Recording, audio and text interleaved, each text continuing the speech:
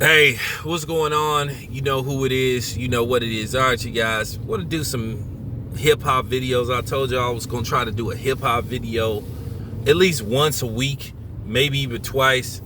Because like I said, I'm really finna start talking about hip hop and music on my channel, just bring a new dimension. Oh, yeah. Subscribe to my other channel, Town Business All Media. Once again, Town Business All Media. You know what I'm saying? I'm going to do a video basically telling you how to subscribe to my other channel. We almost at 1,000 at my other channel, so subscribe to it. We got like 925, so we need 75 more. When I hit 1,000 on my other channel, I'm gonna try to put content on both channels. I'm gonna try to do what I'm gonna try to do is spread the videos out in between both channels. So you know what I'm saying? I'm gonna try to do different things with the other channel. Just depend, maybe I may do more sneaker blogs for the other channel versus what I'm gonna do for this channel. But nevertheless, subscribe to my other channel, Town Business All Media. Once again, when I hit 1,000 subs, I'm gonna basically give away some prizes to basically, you know, show my appreciation for the people that then stuck by me and basically support my channel. Okay, well, nevertheless, let's talk some hip hop. Okay, you know, one thing about me, I just remember growing up, and I just remember certain songs, certain important times in hip hop, certain songs that had a you know, I ain't gonna say a spiritual meaning to you, but had like a ethnic, you know, proud moment celebrating, you know, blackness and being who you are, and just celebrating, you know, the origin of hip hop and where it was going. And I thought about it, you know, when I watched this video. You know, I had you know, some nostalgia, some way back in the day moments, and I just remember what I was doing when this particular song came out, and it made me think about what the industry did to stop these type of songs from being put out. One song I thought about in particular was a great song. I saw the video Self-Destruction, and that was a great song. I think it came out like in 1989. And Self-Destruction featured a variety of different rappers. Pretty much it was an East Coast track. Had all the hot East Coast rappers at the time. It had KRS-One, Kool Moe Dee. And Kool Moe Dee's verse towards, you know, before the hook came, where he say, I never ever ran from the Ku Klux Klan, and I shouldn't have to run from a black man. You know, they basically was just talking about, you know, violence among black men, black on black crime. I mean, they had a lot of different people on there. They had Miss Melody, R.I.P., that was KRS-One's former wife. They had MC Lyte, arguably one of the greatest female MCs of all time. Now, there was a rumor that LL Cool J wrote MC Lyte's verse for that song. You know, and LL Cool J was supposed to be on there, but Def Jam wouldn't allow LL Cool J to participate in the song because, you know, Russell Simmons, and this is why a lot of people to a certain degree have a problem with Russell Simmons, because Russell Simmons did not like the conscious movement. Now, he let Public Enemy be on there, but he didn't let LL Cool J be on there. But this song had everybody. Stetsasonics, Daddy O Fuqua, you know, the other dude. It was just a really dope song. I think Just Ice was on there. So it talked about consciousness. And that was something that was big back in the day. That's when a lot of people was wearing the African medallions and stuff, you know, which they need to bring that back, showing unity and blackness. Big Daddy Kane, he was in the video, but Cold Chillin' Records did not allow him to record because there were some people, they just didn't let rap on the song. You know, man, it was just dope. And it make you think about what they did to the music. And this is how these major record labels started bringing in a lot of these white A&Rs, a lot of these so-called CEOs, these PR people to help construct the image of certain artists. And I think it was appalling when you think about it, where you had white guys, once again, trying to tell black artists how to be black, or they was just trying to fade that out, the conscious movement and rap. It was a really positive, uplifting song. But then you start to see the shift when they saw how successful NWA was. Then they started to try to phase it out. Like I told you, they can't do it like right away because they make it obvious.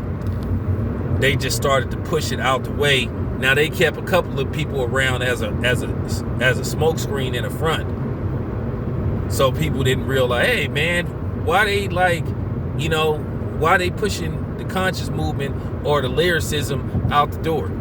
Because by the time 2000 rolled around, the only people that was left really, they even pushed them out the door by the time the new millennium came around. You started to see the groups like A Tribe Called Quest, they got pushed out the door. All the other groups like the Poor Righteous Teachers, Dead Presidents, they sort of like pushed them out the door. Dale the Funky Homo Sapien. This other group out of Oakland, they started not to promote those type of acts. You started to hear them slowly just bring in the gangster rap and all that type of stuff. And that's where it got to the point to where it is now. They slowly did it over, they slowly started to do it over basically I say from 90 to like 98. And then you look up and then basically all those type of acts were gone, basically. The only reason why A Tribe Called Quest made it is because they were so good. And their music was so good to where, Barry Weiss kept putting them out. Now, A Tribe Called Quest, they had issues with Jive. Barry Weiss, the dude that ran Jive, they just didn't want to record another album because they felt like they wasn't seeing the money they were supposed to see. Now, the funny part about it was when I seen the documentary on the Tribe Called Quest, basically at the end, they said that technically A Tribe Called Quest, I don't know if they fulfilled that contract. Rest in peace, Phife Dawg. I don't know if they fulfilled that contract because from what they said was that they owed Jive Records 2 more albums. Now, I don't know if they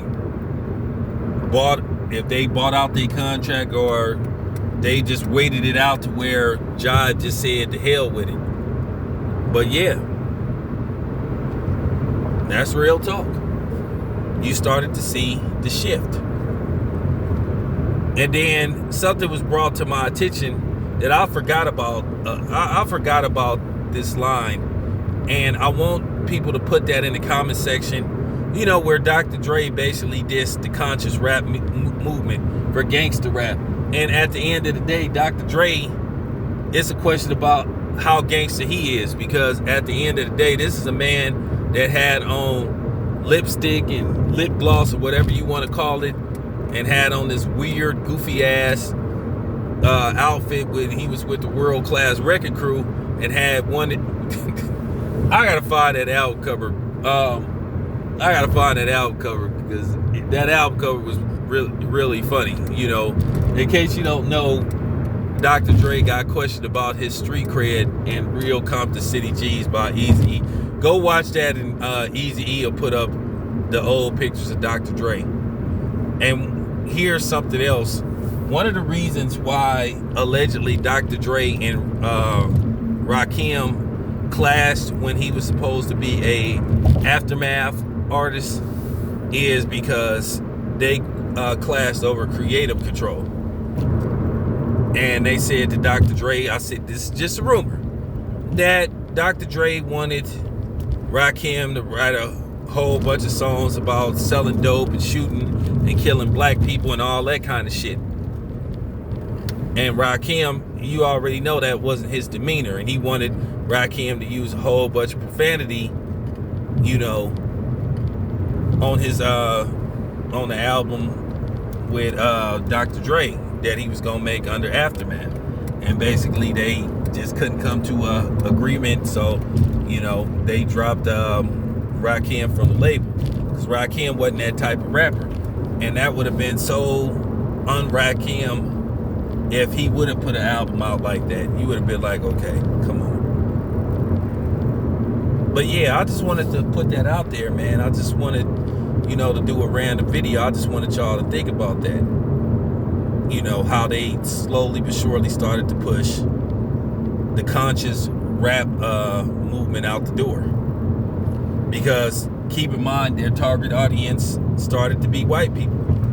And you know, white people didn't want to see and hear no songs about stopping black on black crime, because as I said before, the white people gravitate to hearing a whole bunch of songs about hearing black people wanting to harm other black people, because they get some kind of, especially white men, get some kind of emotional hard on about hearing that kind of stuff. Why would they want to hear raps about, you know, positivity and stopping crime in the black community when you can make an argument that they are the sole reason why you have some of this or a lot of the black on black crime in the community? And it's sort of not it's sort of not debatable. It's pretty much fact. But yeah, let me know what you guys think. It's your boy Town Biz, man. I'm out.